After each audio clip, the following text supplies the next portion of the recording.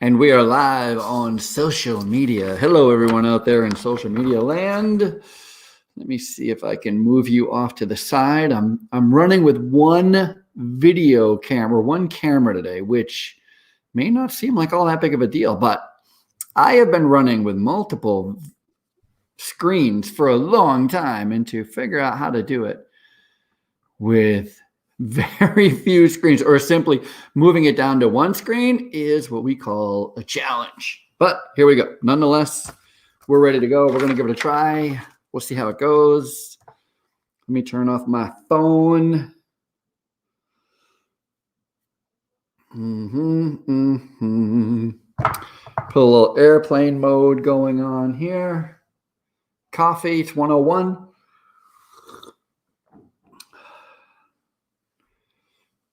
We're going to be live here very soon. Hopefully it's not too much of an echo.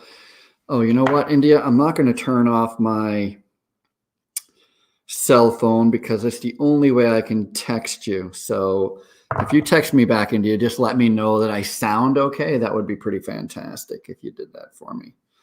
Because I do feel like I have a little bit of an echo in this room, but I don't know as much I can do about it. Let me go. You can turn the standard banner on. Oh, sheesh, Luis. Whoa. Oops, banner. Hopefully that's the one.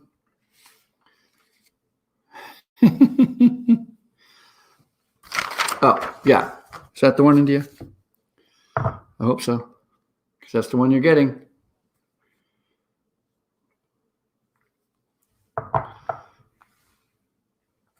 Okay.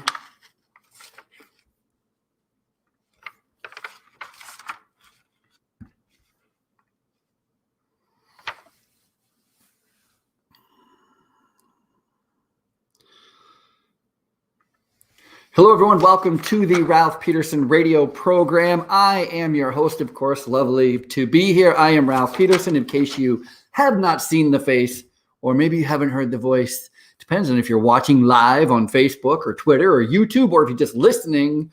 Here we go. It is, what day is today? It is the 16th of February. I am all discombobulated. You know, the holiday, the day after President's Day, I don't know about you. It's always the worst day for me. I mean, everybody parties hard. It has the biggest holiday when it's President's. Of course, I'm being facetious. President's holiday came and gone. Here we are. It's Tuesday, the 16th of February, 2021, and we are raring to go.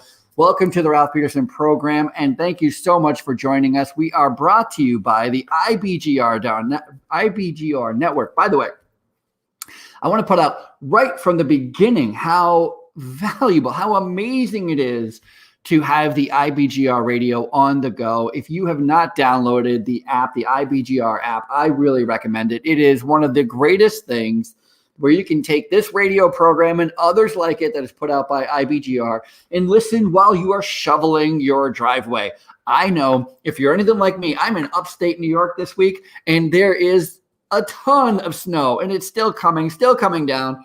And I'm sure you see everywhere. I saw a news clipping that Walmart closed 6 or 7 of their stores due to the storm coming, and I was like, when Walmart closes due to the storm, you know there's a problem, because when a storm is coming, where do you go? You go to Walmart to get your supplies. But Walmart's closing due to the storm. You know that's some heavy storms all across the United States. So IBGR.network, go to IBGR in your app store, whether it's your iPhone or your Android, and you can get a copy of the IBGR radio app, which is just fantastic.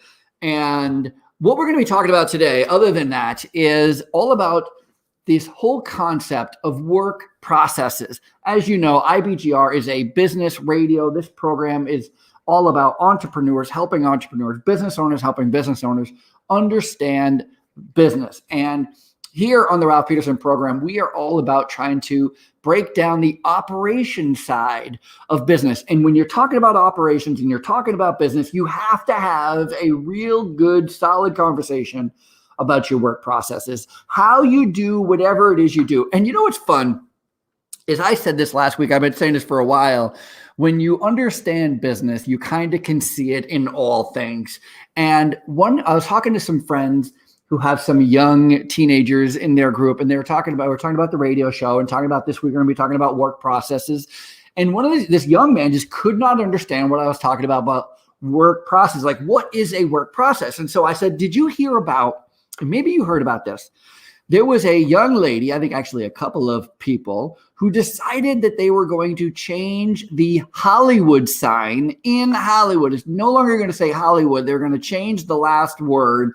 So it was Holly something else. And they did change it. They got caught. They got arrested. The whole thing is on social media. I think it was like this whole big social media event. This kind of like little stunt trying to be funny and cute for your TikTok or whatever it is. But I said, now you think about it. They were only up there for 30 minutes. That means they've had to have all kinds of meetings prior to that 30-minute little escapade where they broke down the work process that they were going to do when they got on top of that mountain. As a matter of fact, not just getting on top of the mountain, but getting to the mountain and then getting up the mountain, bringing supplies up to the mountain, and who was going to be where, who is going to be the lookout, who is going to be carrying this letter, who's going to be carrying that letter, how they're going to strap it to the existing letters, how they're going to get them up to the sign, who's going to make the letters. I mean, the entire process could be written out as a beautiful work process. Obviously, it was a bonehead thing to do to go up, and that's why they got arrested, because they're defacing property, blah, blah, blah. But when you're talking to a teenager and they're trying to figure out what a work process is, this is a great example. I said, you watch this girl or these girls or whoever it was. The only picture I saw was of a young lady, teenage looking girl being arrested. So that's why I keep saying girl. I'm sure there was more than one, because the letters that she was replacing were humongous. They had to be like 15-foot letters. So I'm sure she had a crew with her. But if you think about all the steps that it took, from plan to creation to actually implementing, bringing all the supplies up to the mountain, and that is a work process. And if you were interested in recreating what they were able to do, what you would do is you would go, okay, you made the plan, you executed the plan. Now let's break it down again and say, where could we have done better? Where could we have saved time, saved money, been a little more efficient? Could we have been there? In 30 minutes, the police were there and they were arrested. Could they do it in 20 minutes? Could they break their time down? You ever seen those police shows where the bank robber goes in and they once they walk in the door, they start their watch, 30 seconds. That is a work process. That is somebody who has studied the bank, studied the situation, looked at all the steps it would take. One of my favorite shows in the entire world is Groundhog Day with Bill Murray. I absolutely can't get enough of that movie. And there is a spot in that movie where he steals money from the back of a armored vehicle. And when you see him do it, he counts. He's like, 1, there's a gust of wind, 2, a dog barks, 3, kids playing, 4, drop quarters, 5, grab the bag, right? Like, he has it all planned out because he has studied it over and over and over again. And he understood the work process, and he understood where the weakness in the work process was. And he was able to exploit that work process. I think it's such a fun way of looking at how you do those kinds of things. I think it's super fun. And it just reiterates one of those key elements that when you're talking about work processes is not a big thing. Some people hear the word work process, the turn of phrase work process, and they think we're going to be talking about something super heavy. We're not talking about something super heavy. We're talking about how it is you provide your service, or how you provide your product, create your product. How do you do customer relations? How do you handle complaints? How do you get to work in the morning? How do you make sure everybody clocks in on time? How do you buy a book? How do you buy groceries? All of these are tiny miniature snapshot work processes that are evaluated and evaluated and evaluated so that the company that's providing these services and these products do so faster and faster and faster. I remember Grant Cardone, who is like this motivational speaker, and he's actually very well known for teaching people how to sell. And now he's even getting more well known for teaching people how to buy real estate, which is an interesting thing. He goes from being the guy who you go to learn how to sell, and now he's the guy teaching you how to buy. But that's him. One of the problems that he had, and it's such a, I'm going to tell you the problem that he was facing when he was doing seminars. And I'm going to tell you, before I tell you what it was, I wish I could only dream, and I'm sure I'm not alone, that I could have the problem that he had. And here's the problem. The lines were too long for people to buy a book of his. And so rather than waiting in line, he would lose, he estimated, between 20 and 30% of his audience would not stick around to buy the book because it took too long to stand in line, to get a book, to buy the book, to stand in line, to get a picture with him. Everybody wanted to do it, but nobody wanted to do it at the expense of staying for hours after an event. And so he had to come up with a way to get people to buy the book faster than what was happening, because the pictures were not the drag. The drag was getting people to buy the book fast because of the sliding the credit cards and the credit card app, and the app doesn't work. So you have to manually put it in the phone. And how many people can you actually be doing that? How many people are going to be running little mini cash registers for you before your system starts breaking down? And that is where he started to get really into the technical side of QR codes and being able to figure out ways to make it so that people could buy his book like that, like a snap of a finger, that super fast, very little, low drag, low consequence in buying. And that is, again, a work. He simply saw an issue with his work process. Said, all right, how do we currently get people to buy the book? What's the physical steps they take to buy the book? And what can we do to make sure that we can get it faster and smarter and more efficient so that people will stick around and they will meet me. They will get their picture taken with me. They will let me sign their book because we just took away so many minutes or hours or however the headache that it was to buy a Grant Cardone book at a Grant Cardone event is no longer challenging. I went to a Jocko Willink event recently, and I got to tell you what, Jocko's got it all figured out. He gives you the copy of the book when you walk in the door. There is no buying. You've already purchased a book. So he takes away the guesswork easy. And here's the best part about doing this. So super smart on Jocko Willink's part. When he gives you a free book, potentially a free book, obviously it's in the price of the ticket, but he gives you a free book when you walk in the door, and then he says that he will sign them at the end. How many people do you think stays in the end and has him sign their book? That's right, nearly everyone. Because it's one thing when you don't have the book and you weren't able to get the book, or what are you going to do? Go stand there in front of him and you couldn't get the book because it was taking too long to buy it? No, you're not going to wait. But if you already have the book, everybody's going to stay. Everybody's going to get their picture taken. Then all of a sudden you have 1,000 people with their picture and with you in it, and they're putting it on social media. Hey, 1,000 times I was with Jocko Willink. Look at the book. Look at the book. Look at the book. Not one person in the world history could ever have to read that book, and he is selling thousands of books just by giving the book away, which means people stay and have their picture taken. It's just a work process assessment that he was able to do and figure out. And that's what we're going to be talking about on today's program.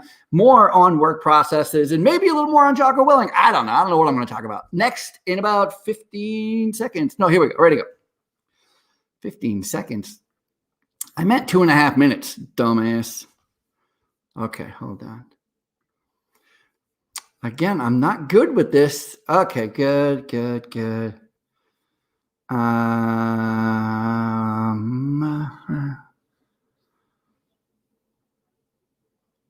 Audio only on radio.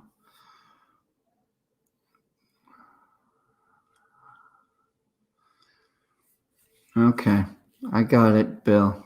I got it. I sound distorted. India, do I sound distorted still? The video is blurry. Can you turn to standard band? Okay, India, am I still sounding? Do I sound any better? Talking to Bill there, India. I can hear great, but video is blurry. Okay. Well, you said that before. India, tell me if how I'm doing here. 114, 117 and a half.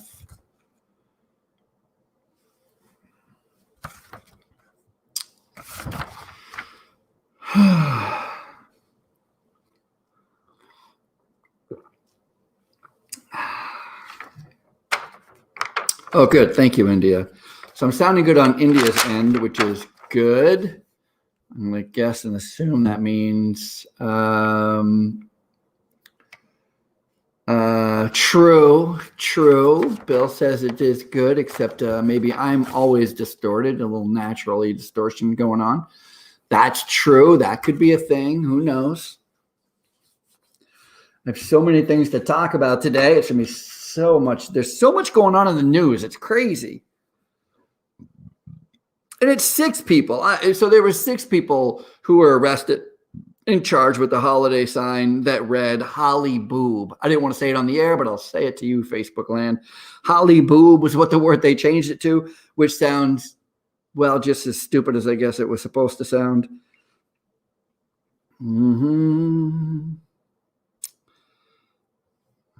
There's so much fun stories out there. Okay.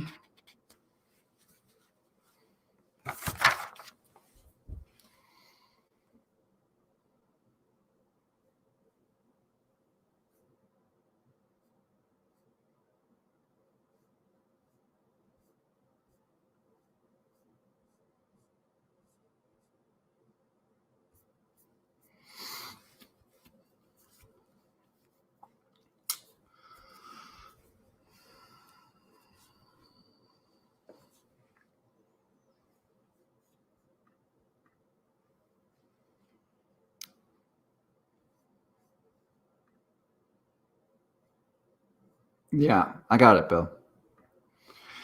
Everybody to Facebook. Pronto. Oh, pronto.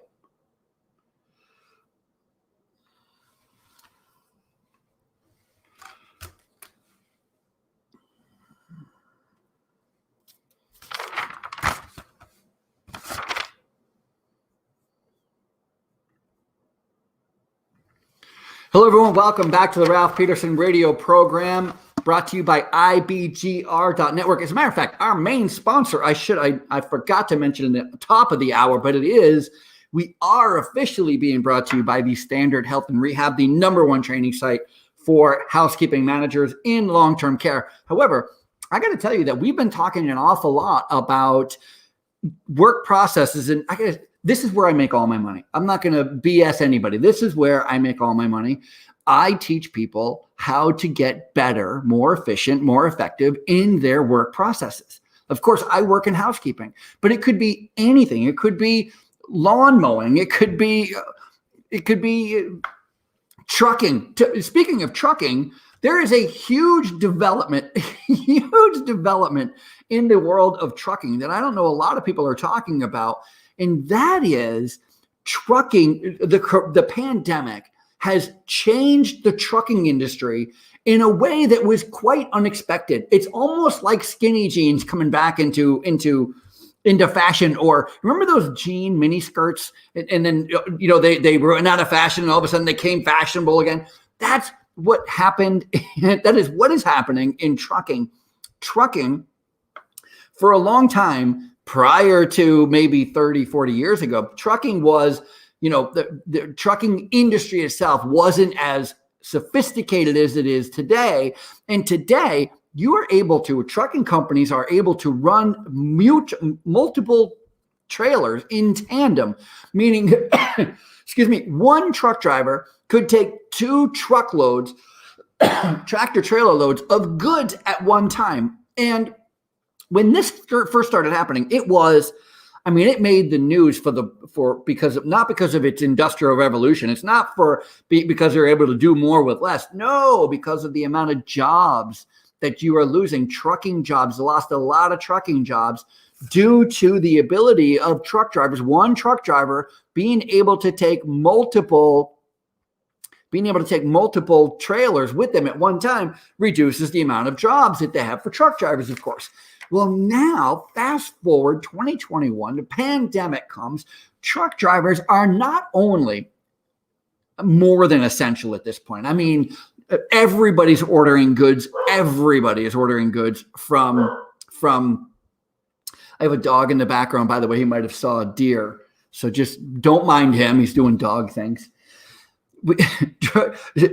with the pandemic, everybody is staying home, staying in one place, and they're ordering a ton more goods, and they all have to come either through planes, through trains, or through trucks. And here's the problem with trucks, however. These trucks have gotten so massive and so big and so high tech that they need large warehouses to deliver to. Well, guess what?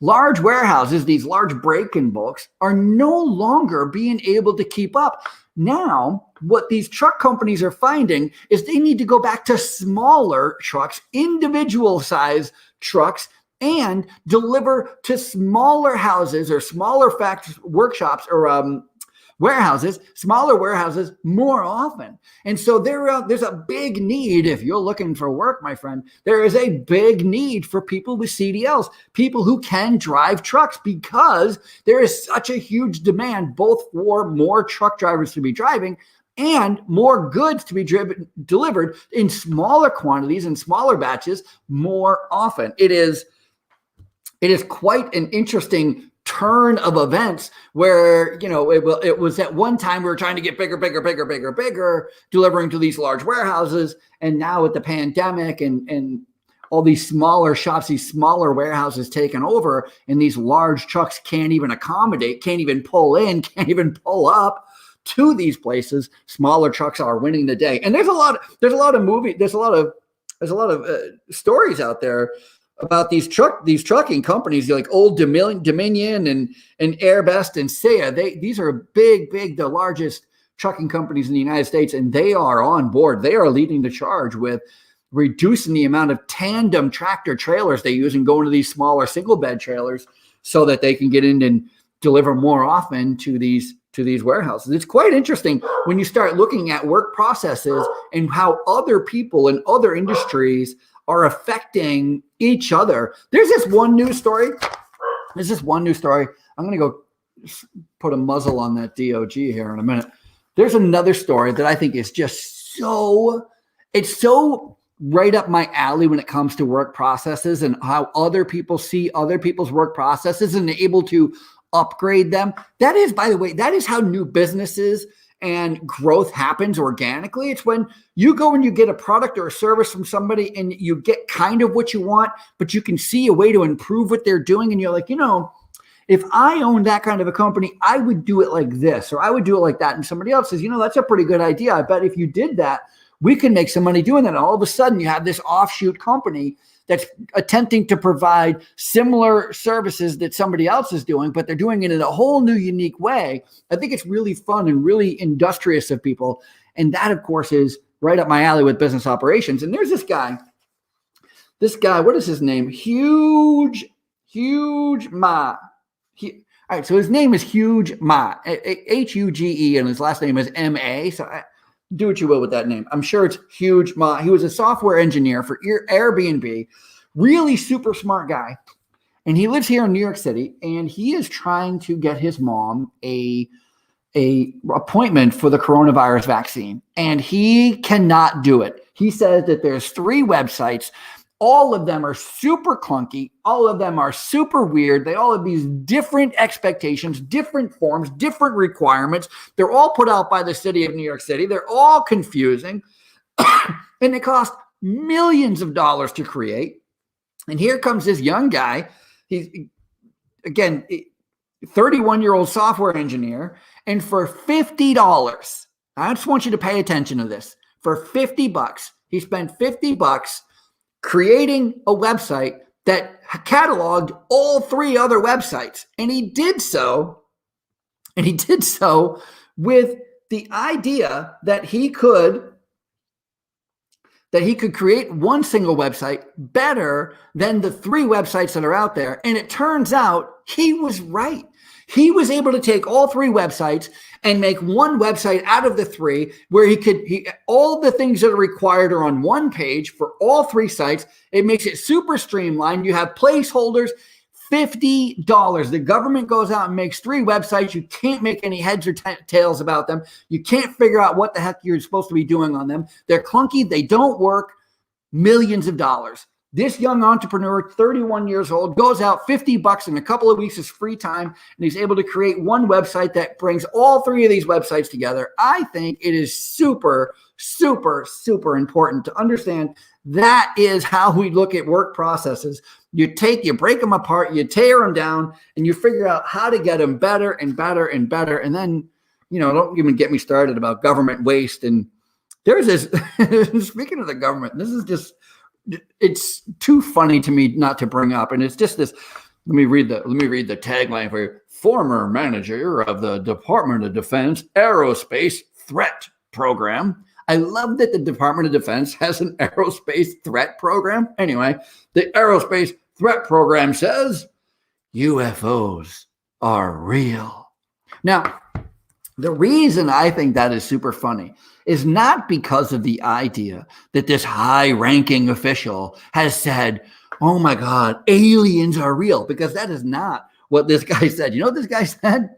This guy said, there's a lot of things we can't identify, right? UFOs, unidentified flying objects. There are some things we see in the sky. We have no idea what they are. Oh, okay.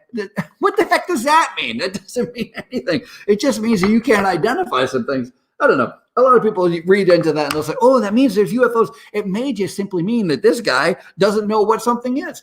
I remember there's this great story about the American pilots, American Air Force, able to get a MiG, and this MiG is a Russian-made jet that was super weird looking, especially back in the 1950s, 1960s. This thing, or 60s, maybe early 70s. I don't remember quite exactly when they were made, but this MiG, this thing looked way weird. It looked extraterrestrial. I mean, if you just go look up a MiG aircraft, you'll see it looks nothing like anything else. And the American government had one in Nevada, and they were test flying it all over the place. And people would see this thing and they would report that they saw a UFO. Of course they saw a UFO. They saw something they've never seen before. It was an unidentified flying object. And we got this brainstormer over here, former manager of the DOD Aerospace, says that there are a lot of things in the air that he can't explain. Good. Thank you for that story. Thank you for that news line. Maybe I take things too far. Who knows? Maybe I take things too far. You know what? Actually, speaking of taking things too far, England, I don't know if you heard about this, but England has created what they're calling COVID hotels. What are they actually calling it? They're calling it the British quarantine hotels. The British quarantine hotels. And this is what's happening to you. If you want to go to England, if you want to go to Britain, you're met off the airplane by armed security guards who escort you to a bus and then escort you to a hotel, and then they make you stay in the hotel for 10 days. Now, we're not talking about a luxury hotel. We're not talking about a place where it's just a vacation of your lifetime. We're talking about 4 rooms in absolute boredom in a country you just got to for 10 days because they don't want people to be spreading the coronavirus.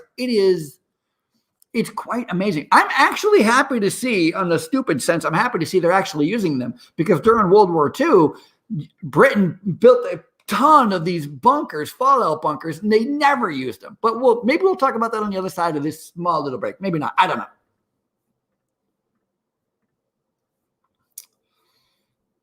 Mm-hmm. Oh yeah, I still got to talk to people about getting on my Facebook page. I remember. I will. If you're on my Facebook page, thank you for being there. If you are not on my Facebook page, get there, because you need to be on the Facebook page for, I think actually it's the best place to listen. It's the best place to watch. I think that's really what Bill is trying to say. It is the best place to watch. I need to see that scrolling number right there. 3/1/29. I'm not going to bring it back up on the air, but let me just finish my little quick story about the quarantine hotels in Britain. During World War II, they were expecting this huge bombardment from Nazi German airplanes. They were already getting huge bombardments, but they thought that people were going to go stir crazy. Like they were not going to be able to handle the constant onslaught of barragement, of bombing from the Germans. And so they literally built these humongous, very sturdy, windowless buildings, like these huge windowless brick buildings, concrete and steel, way out in the countryside. And they were designed to be massive bunkers, above ground bunkers, by the way, massive bunkers where people could go because they were going to be scared, because nobody would want to stay in the city. And it turns out that the bombing came, the Germans came, they leveled half the city, and not one person ever wanted to leave the city. Not one British person, not one Englishman, Englishwoman ever wanted to leave the city, especially and go to hang out in these bomb shelter type things. So Britain's quite famous for building things that they think their citizens are going to want to need, and then they don't use them. But of course, with the quarantine hotels, you're being escorted with armed guards. You don't have a choice. That sounds absolutely lovely. First guest just arrived on Monday as the government tries to prevent new coronavirus variants from derailing its fast-moving vaccination drive that has delivered more than 15 million shots in 10 weeks. Oh, Vay, could you imagine getting to England and then your vacation's only 5 days, but you have to spend 10 days in this terrible hotel before you can even get out, before you can enjoy your 5 days? How do you explain that to your boss? I needed 3 weeks off just so I can help have 1 week off. I don't know, something like that. Sounds quite ridiculous to me as well. All right.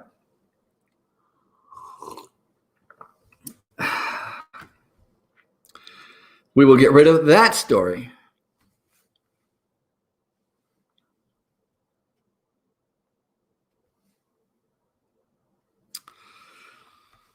Okay.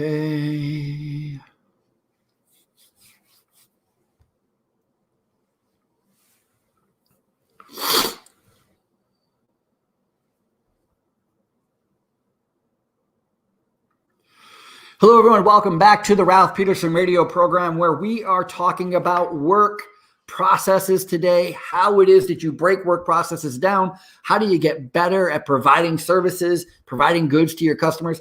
When I was a young man, one of my first jobs working in a factory, I worked for this place called Capital Candy. And it was a traditional break and bulk where they got delivered, cases and cases of food, and then they would sell these. They'd break these boxes of food up, and they would sell them to grocery stores.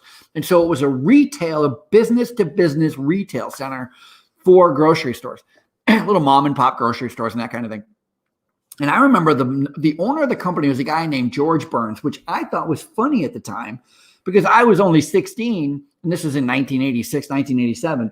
And George Burns at the time was actually a pretty famous comedian. He was like in his 80s or something. So he was very old. But it was the first time I'd ever met somebody who was had the same name as somebody famous. And I was like, George Burns? Well, isn't that odd? Of course, it's not odd. But when you're 16, something like that makes you exciting. Anyway, I remember I hadn't been working there very long. My mom worked there. So my mom worked in the cigarette department. They had an entire cigarette department. They had a frozen food department. They had a candy department. They had, all these kind of departments. And I was working, the George Burns came along, and he was asking all of us to write our own job routine. And I had no idea what he was talking about. But apparently what he wanted to know, he said, I want you to write down everything you do in a day. Now, I got to tell you, when I first heard this, I thought that he was trying to make me admit that I didn't do enough during the day. Like I shouldn't have had the job. Like I was always just walking around, not doing anything with my hands in my pocket. That's what I thought he was getting after. It turns out what he was really trying to figure out was he was trying to figure out how many employees he had and what they were doing. And he was trying to make some semblance of job routines because at the time, he just simply didn't have a good firm grasp on what he should be expecting from his employees. Like you start here, then you go here, then you go here. The order comes in here, and then it comes to this person. And how many orders can they take a day? And it probably depends on how many items are on each order. Then how do they bag these orders? And they have to walk around the warehouse to get, and that's what I was. I was like a collector. I think they actually called me a runner. So as a runner, what I would do, because and as silly as this sounds, but again, I didn't want to get in trouble. When he said, write down what you do every day, I wrote down, hi, my name is Ralph Peterson, and I do everything that Karen tells me. And that was literally what I thought was a good answer from what I did all day, because I worked for a lady named Karen, and she stood at a bench, she took the orders, and she would write down on a piece of paper all the things she needed me to go get. And the warehouse was humongous. So it wasn't like she could just go get them herself. That's why she had a runner, me, a little 16-year-old kid. And that's why a lot of these packers, these people had runners working for them. And we would be running all over the warehouse with little shopping carts, we didn't have shopping carts. We actually had baskets. And I would literally go shop. I would go get spices. I would go get potato chips. I would go get ring dings. I would go get candy. I would go get cigarettes. I would get all these things and bring them back to her. And she would pack them up into boxes. Then she would label the boxes. And then she'd put them on these carts, and we'd take the carts to the back warehouse part where the trucks were, and then we would load them onto trucks. And then the truck drivers would take them, and they would go deliver them. Now, what I just told you was their entire work process. We would get an order comes in. She would look at the order. She'd write down half the things that she needed me to go get. The other half she would go get because they were around her workstation. We'd get them. She'd check off the list, everything that she had. If there was something that we didn't have, which was often, little sidebar story, which is kind of fun, is we would often not have like a tiny thing, like they wanted cinnamon. So they wanted again, this is a business to business. So the store was asking for small containers of cinnamon that they could sell on their shelf. We would be out of cinnamon. And so Karen would say to me, she'd say, grab an allspice. And I'd be like, what's an allspice? She's like, this allspice it's just the same, looks the same. It just says allspice, not cinnamon.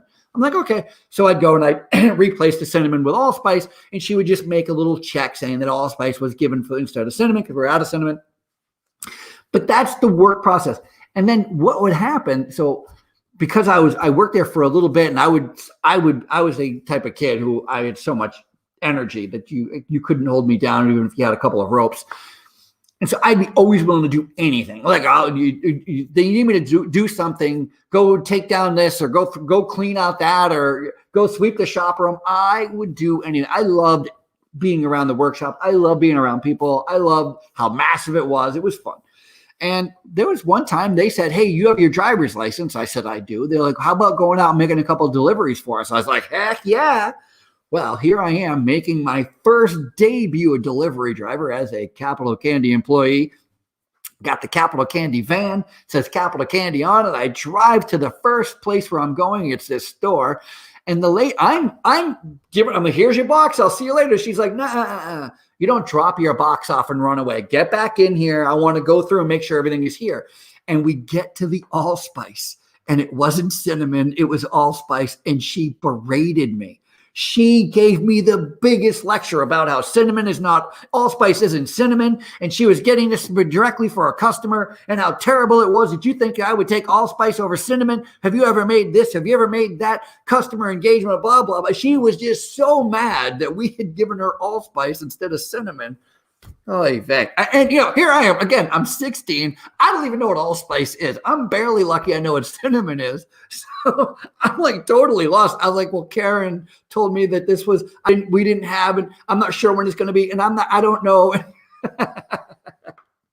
She was pissed. And I remember going back and I was like, I have got the story forever to tell you guys about this lady and how she was mad because we gave her allspice and she wanted cinnamon. And they were totally like, yeah, that happens all the time. I'm like, it does?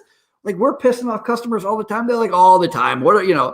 And back in 1986, 1987, it just wasn't as easy to communicate with. Imagine if 100 customers all asked for cinnamon and you only had 30 pieces of, 30 containers of cinnamon. Are you going to call 70 clients saying you don't have cinnamon? Which alternative would you like? And then, think you couldn't, it would be too much at that point. Whereas nowadays, with the internet and online ordering and able to go in and make changes on the fly and that instant communication, I can send everybody a text or an email. Hey, we're out of this. would you like an alternative kind of thing. You couldn't do that in 1987 so easily. And again, this is one of those work processes that we look at in retrospect and go, okay, how can we make this better? How can we serve the client better? And at the time, giving them an alternate that I still don't even know if allspice is the actual spice that we gave. I think it was allspice, something like that. It was something that was pretty similar. I mean, it wasn't like she ordered cinnamon and as a replacement, we gave her a pair of shoes. It wasn't like it was so far-fetched. She treated it like it was so far-fetched. But that's basically all you could do in 1986, 1987. Is just kind of guess what would work in a pinch, because the last thing you wanted to do from a business point of view, from both point of view, number one, from Capital Candy's point of view, we didn't want to not make the sale. So we wanted to send them something. And from a store point of view, you don't want an empty shelf. Empty shelves look terrible. Looks like you're going out of business. And so anything is better than nothing. Of course, the best idea is to have the product that your customer wants, but having something similar that can make it work really does help. So it's just one of those things where that was my first introduction to work processes and job routines and how to create a job routine. And I got to tell you, again, full disclosure, I own and operate the Standard Health and Rehab. It's a training site for executive housekeepers. And I'll tell you, the first thing we do, any housekeeper I work, any administrator I work with, we're talking about how to create job routines. Here's the first thing we do. The first thing we do is we assess what it is we're doing. That's number one. What do we do? Does it work? Does it not work? How often are you doing it? One of my favorite questions that I learned a long time ago, because I have these preset notions. I gotta tell you, when I walk into a nursing home, I think I know how many times you should clean an office. I think I know how many times you should clean a bathroom. I think I know how many times you should clean a resident room. I think I know how many times you should clean a hallway. I think I know how many times you should clean the front entrance. And here's the truth. I don't know any of those answers. I think I do. I always want to speak up and tout my expertise, always. But I learned something very valuable. And I was actually touring with another person who was also in sales and did the same thing that I was doing, helping people with their job routines, trying to figure out best practices. And they used a turn of phrase that I had never considered using that was completely a game changer for me. And we were walking through the building and he was asking questions. He was the lead. And so he said, "How many times do you clean this sitting room?" And I think the administrator was like, "I think they're in here every day, once a day or once every other day," whatever the answer was. And this guy, without missing a beat, said, "Is that enough?" He didn't say, "Well, let's look at the job they're doing. It looks crappy in here. There's cobwebs. There's all kinds of dust. The floor looks terrible." He didn't say any of that. He didn't say, "Oh, it looks really great." He didn't say, no. He said, "Is that enough? Will you clean this once a day or once every other day? Is that fine with you? Is that okay with you?" Putting the onus on the administrator, putting the onus on the client to say, "You know what? It is fine with me. This is not a big point for me," or I think they do a great job doing it once a day or once every other day. Instead of me going and telling you how much I think it is, you tell me what works for you. It is a game changer. So number one rule when we're working on job routines, if you were to work with me, the first thing I would do is assess what you are currently doing. And then from there, we'd break it down further. And we'll do more of this right on the other side of this small break. Breaks.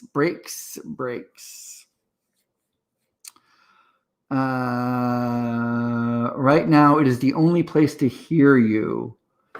You mean the radio show isn't working? Is that true, Miss India? Can you tell me if we are having issues?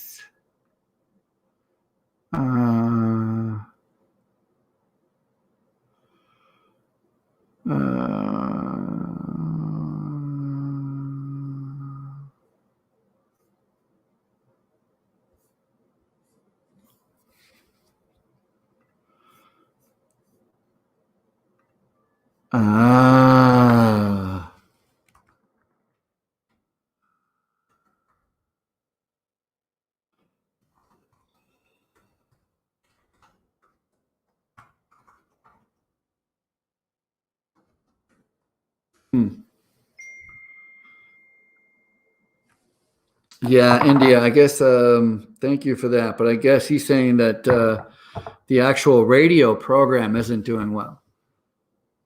He said it's too distorted.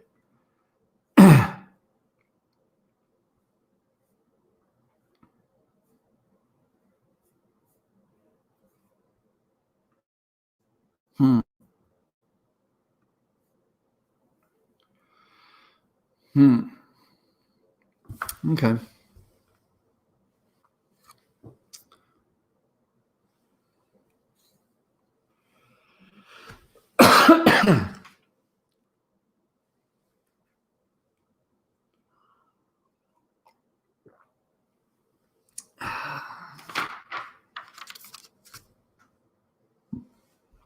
Okay.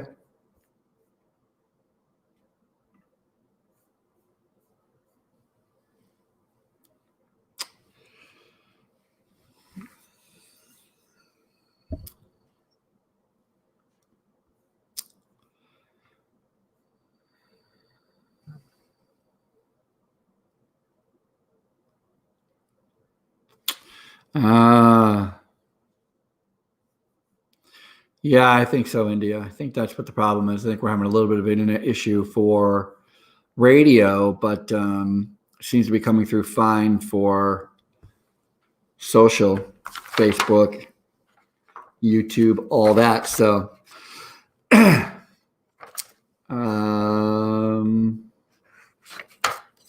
all right. Well,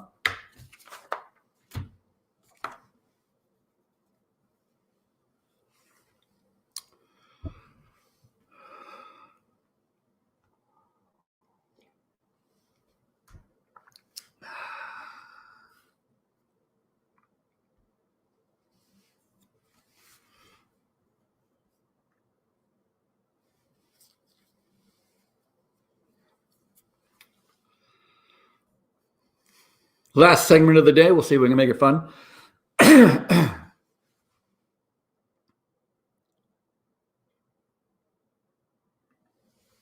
Hello, everyone. Welcome back to the Ralph Peterson Radio program. I am your host still. I haven't gone anywhere, Ralph Peterson. And this is our last segment for today. And there's a couple of things that are super fun just to get right out of the way because I think it's hilarious. And that is, last week I was telling you about how New Hampshire, the state of New Hampshire, was having this big debate over whether or not makes me laugh just thinking about it, whether or not you should be allowed to have your animals, your pets, in the room with you when you're on a Zoom call doing official government business. If you're doing official government business in the state of New Hampshire, you had better not have a cat in the background or a dog, or nobody better bark. Nobody said anything about the kids running around, but who knows? They were just being a little PC about it, but they probably annoyed them just as much. Well, there's this great story about a lawyer. They're doing these trials. Now they're doing these trials virtually. So you have the lawyers on virtual on Zoom. You have the judge on Zoom. You have the defendants, the plaintiffs. Everybody is on a Zoom call. And this lawyer logged in, and apparently he had on some type of a filter on a Zoom call where he was a kitty cat. That's right. So he's a cat. You can just Google it if you go. The name of the article is "Lawyer Gets Stuck in Cat Filter Mode During a Zoom Trial." And the lawyer saying, "I'm not a cat." Oh, technology. Technology is actually a great thing to talk about, and website development is a great thing to talk about, especially when I'm trying to figure out a way to how do you best explain a work process and how to break down work processes. I think another great example of work process and breaking them down is actually with creating a website. If you go to your favorite website, and it probably doesn't matter what website you are going to go to, you have to know that when you're creating a website, there is a beginning and an end, and you have to come up with what they call a website map. A map of how people get to different places on your website, and more importantly, how they get back. Does every page of a website have a home button? Most of the time, the answer is yes. And why do they have a home button? Because the people who are creating that website are going, as they're creating their map, they're saying, okay, you start here. And then let's say you want to look at my products and my services that I'm offering. You're going to click this product or service tab, and you're going to go in this other website, this other page. Now, what if you want to go back to the homepage? You need to have a home button there to bring you back. Or you could expand even further. Let's say I offer 3 different services, and each one of those service offerings that I have brings you to another page. So you click on one, you're like, oh, that sounds interesting. It brings you to a third page, which may also have another link in there that can give you more description or even a sign-up page. And there you have a 4th page. Now, all of a sudden, you're 4 pages in to this website. How do you get back to each page? You could click your back button, or there could be another subsequent bar on top, a little button that says home, or another one that says sessions, another one that says products or services.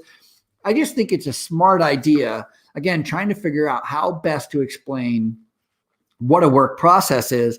I write everything down. When I'm doing a work process, when I'm doing a work study, when I'm trying to figure out job routines, listen, when I'm trying to work out a job routine, I will write down everything from beginning to end. I just did this with a kitchen. We had 2 kitchens, a nursing home had 2 kitchens, and they wanted to figure out how to close one of the kitchens because the buildings were on the same campus. And so they're right beside each other. As a matter of fact, the doors from the kitchen, from one kitchen to the other building, the door is only 20 feet away. So you could easily travel between these 2 buildings only 20 feet. 20 feet is not far when you're traveling. Takes, 60 seconds or less, especially when you're pushing food. Maybe it takes 2 minutes, but they want to close one kitchen and only have one kitchen serve the food for both kitchens, for both buildings. And I remember sitting there and you could ask people who were involved with me during that time because it looked like I was a mad scientist. I had this huge board. I took over this whole wall, and all I had was Post-it notes. And these Post-it notes were breaking down every single job routine. Like they do this, and then they do this. And for instance, if you look at a regular job routine in a kitchen, the kitchen operates like this. The night before food is to be made, food is pulled. In other words, you're taking breakfast out of the freezer for thawing. So everything goes in a cooler. So out of the freezer into a refrigerator, everything is counted and prepped the night before. The next morning when they come in, the first thing a cook does when they come into a kitchen is turn on all the stoves, right? So everything has to be preheated. So everything gets turned on. Light gets turned on, stoves get turned on, then next, everything gets taken out of the cooler. All the stuff that you're going to be making for breakfast comes out of the cooler, gets put on the counter. Then it's divided up and you start preparing food. What needs to cook the longest goes in first. What needs to cook the second longest goes in next, right? So you have this order of things all the way down to it comes out of the oven, gets put on your steam table, and from the steam table, you're starting to divvy out the food. So then you have somebody who's bringing out the trays, somebody who's calling. That is, they're just defining what food this person needs. We want, a 2-egg sausage, whatever, with toast. And then somebody's giving you that. You're putting it on a tray. You're putting a lid on it. You're pouring the coffee, the juice, the water, whatever it is. But this whole idea is every single step in that process is written down. And then I do it for every one of the job routines. And then I do it for both buildings. And then I compare the 2. And then I start merging. I'm like, okay, if we're only going to have one kitchen, then essentially all this is going to be having to be done twice as much. And so we just start merging job routines. Okay, so this person and this person have similar jobs. Let's move it all over here. And now it's going to expand the amount of time we need to have to do it because they were doing it for 80 residents. Now they're doing it for 160 residents or whatever the number is. My point is that closing that kitchen took an enormous amount of just understanding the job routines and the work processes. And the way that I understood it, I didn't go in understanding it. I didn't go in going, I know exactly what to do here. No, I knew, you know what I know? I know how to break down job routines. I know how to create work processes. I know how to streamline. I know how to look at the system as a whole and then break down these tiny little areas where you can improve upon. And so before you know it, you're able to do it twice as much, provide twice as much food in a smaller kitchen, closing the other kitchen, which is in fact what we did. And not only that, but a testament to how important this is. You are not allowed, by the way, just so you know, in the state of New York, you're not allowed to just close a kitchen in a nursing home and start using some other kitchen. You have to have an entire plan in place and with contingencies, with what goes wrong, what could possibly go wrong, and what you're going to do about it, what your backup plan is for everything from emergency water supply, emergency power supply, emergency food supply. What if it's raining? What if it's snowing? What if there's a snowstorm? What if there's a tractor trailer that gets broke down in between these two buildings? And now there's very little room for you to go around out one door and in the other door with food on this big cart. Like you have to essentially come up with all these scenarios and then break down each one of the issues that you could potentially be addressing or running into and solving the issue. Then you have to take all of that and put it in a report and give it to the Department of Health. And the Department of Health, DOH, they are the ones who essentially give you the thumbs up or the thumbs down. They are the ones who say either this makes sense, go ahead and close the kitchen, you can just use one kitchen, or there's no chance that this is going to work. We're never going to give you approval because we are not convinced that you're going to be able to do any of this successfully, safely, for the residents. And so you get shut down and you're not able to do it. They had that happen for 10 years. And this is not me touting my own abilities. What I am touting is the ability, the power of breaking down job routines, breaking down work processes to their smallest element. Because I broke down every work process and we were able to work. Once you break down every work process, you're able to see it in a whole new light. I'm telling you, you'll be able to see how you do things. You'll be like, oh, that doesn't make sense, or that does make sense, or, you know what, we could use another person here, or we could use a longer counter space, or we could use more cups, or more plates, or more equipment, or whatever it is, or less of all that. And you take all that into consideration when you break down these work processes, and then you can easily start seeing how to proactively solve problems, make things more efficient, more effective, better, smarter, cheaper. And by the way, and cheaper sometimes just simply means you get to make more money doing it because the price doesn't go down, but the cost does. And boy, I'll tell you what, there's no other place. One of the biggest places where I see a lot of cost spending unnecessarily is in housekeeping.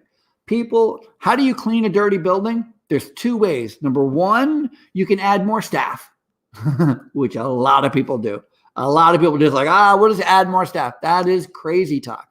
Or you can get a better system. You can break down all your work processes, break them down into the smallest elements, come up with a plan, figure out where all your staff are, what they're doing, how often they should be doing what they're doing, and come up with a streamlined job routine that saves you both time and money and makes you more effective, more efficient. Is there anything better than being more effective and efficient in business? The answer, of course, is no. It's a rhetorical question. I wasn't really asking you. I know the answer. This has been fun. Thank you so much for allowing me some space in your day to share everything I know about work processes, and I hope this has been helpful to you. I will see you next week right here on the Ralph Peterson Radio program. Have a great day. Stay safe out there. I know the snow is getting crazy.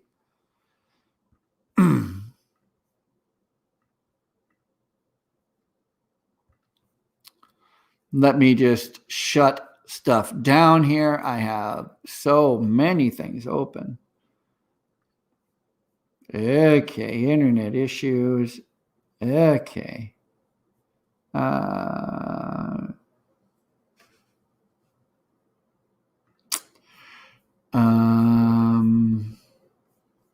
Where? Oh, there you are. Hi, Facebook. How you been? Good to see you. All right. See you guys later.